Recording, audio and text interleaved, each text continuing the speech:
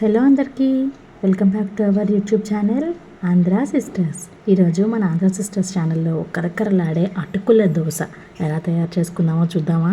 దీనికి కావాల్సిన పదార్థాలు: బియ్యం 3 గ్లాసులు, అటుకులు 1.5 గ్లాసు, పచ్చిమిరపకాయలు 4, జీలకర్ర 1 టేబుల్ స్పూన్, పెరుగు 4 గ్లాసులు, ఉప్పు తగినంత.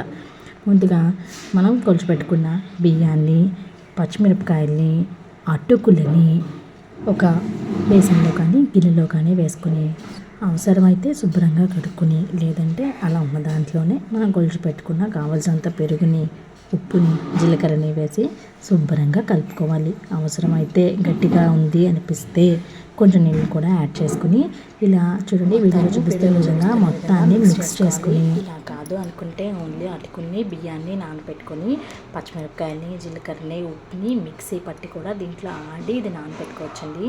నేనైతే నా వెసులుబాటు కొద్దీ సన్న బియ్యం వాడాను. రేషన్ బియ్యం వాడితే ఇంకా దోశలు చాలా బాగా వస్తాయని గుర్తుపెట్టుకోండి. చూడండి వీడియోలో చూపిస్తున్నాను కదా, ఆల్రెడీ కలిపేసిన బ్యాటర్లో నేను ఇప్పుడు పైన జీలకర్ర వేసుకుని మూత పెట్టి దగ్గర ఒక 5 నుంచి 6 గంటల పాటు శుభ్రంగా నాననివ్వాలి.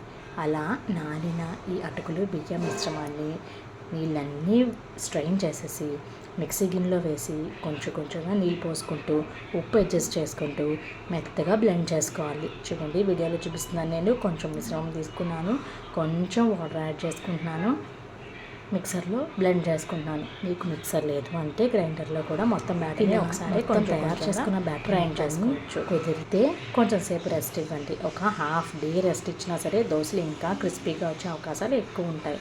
చూడండి ఇలా పెనం పెట్టుకుని దోశని ఎంత పలుచగా వీలైతే అంత పలుచగా, మీకు పలుచగా కుదరకపోతే కొంచెం మందంగా అయినా వేసుకోండి. టేస్ట్ సేమ్గా ఉంటాయి. మజ్జిగ వాడుతున్నాం కాబట్టి కలర్ కూడా అంతే సూపర్గా ఉంటాయి. రెసిపీ నచ్చితే మీరు కూడా ట్రై చేసి మీకు ఎలా కుదిరిందో కామెంట్ చేయండి. Thank you for watching our video. Like, share, subscribe to Andhra sisters.